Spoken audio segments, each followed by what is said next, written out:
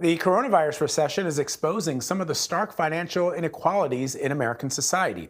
As the pandemic gripped the nation and decimated the job market, those who managed to keep their jobs and work from home often saw their living expenses reduced because of lockdown restrictions. But at the same time, millions of unemployed or furloughed Americans are now facing eviction or struggling to afford food. To talk about these dual economies, we are joined by Ben Eisen. He's a reporter for the Wall Street Journal, where he writes about banking and consumer finance. Thanks so much for joining us.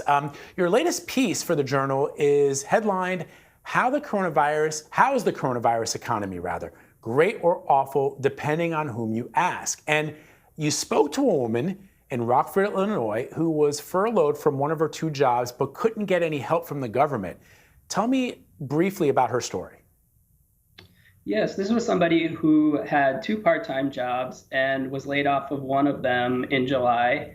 And because she still had income from one of her part-time jobs that kind of surpassed the maximum of what she was allowed to apply for, she was unable to get unemployment benefits, and she really has kind of been suffering as a result, having to get groceries from a local church and really having to pinch pennies to make ends meet because of this. I think that I'm so happy that you did this story, because I think this is a story that we're not talking about.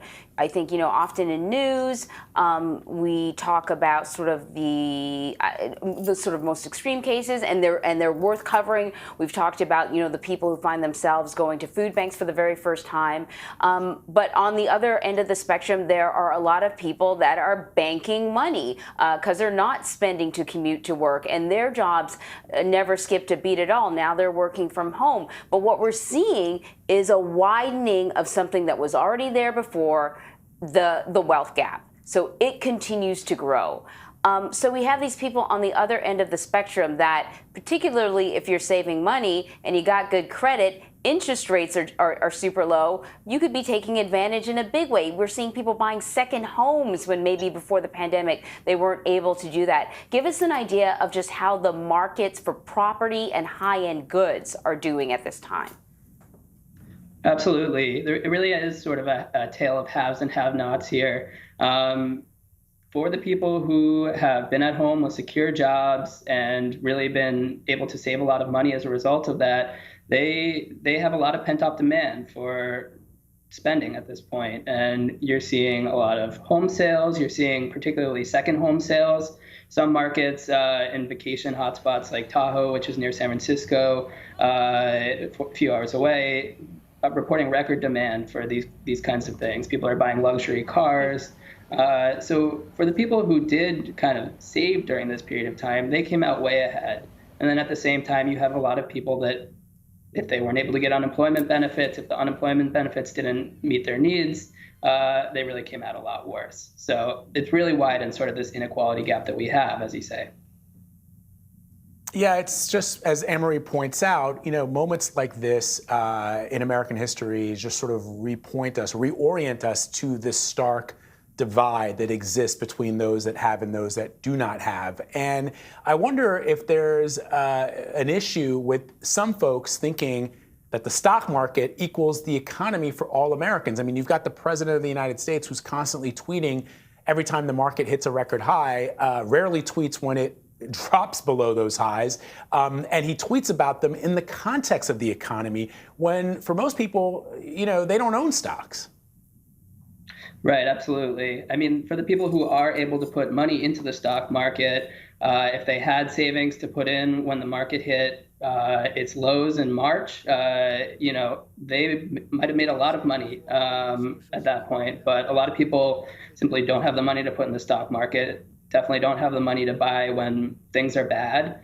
And as a result, they're kind of left out of this. And another thing worth pointing out is that the stock market, it really does not represent the economy. When you look at the S&P 500, it's really weighted towards a bunch of very large companies. It doesn't include the small businesses that are closing down. It doesn't include a lot of the kind of really struggling pieces of the economy right now. So they are very much two distinct things and have gotten more distinct in recent years.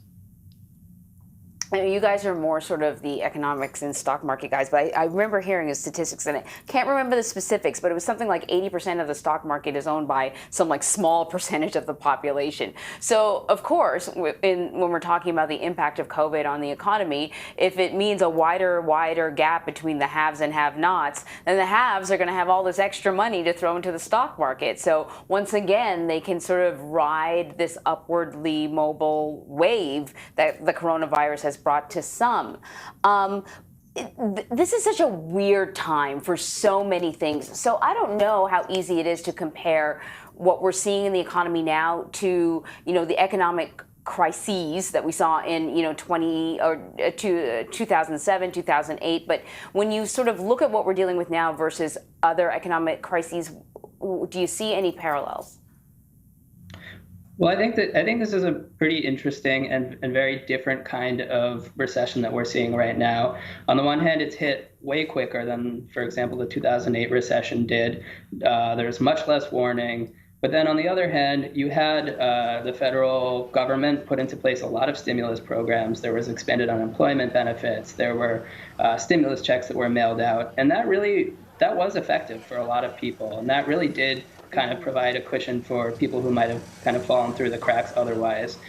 It just didn't help everybody. There were lots of pockets of people that for whatever reason were not able to get these benefits, and as a result, those people fell through the cracks. So in some ways you have almost three economies: the people who came out better as a result, the people who stayed afloat because of the federal benefits programs, and then the people who just did not.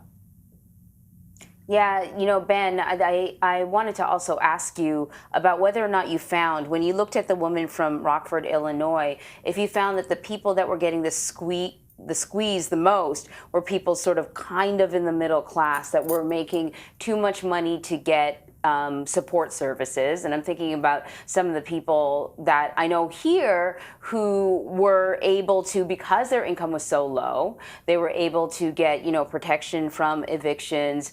Where I live, the city offered a kind of payment program where the city would pay their rent so that they wouldn't find themselves in arrears once this whole thing is over and done with, and then able to pocket all of that money. And now they're considering maybe buying a house versus, somebody who makes a little more money than that wasn't eligible for any of these programs, but isn't in a position to benefit with extra money to go to the stock market. That once again, the middle class is getting the squeeze.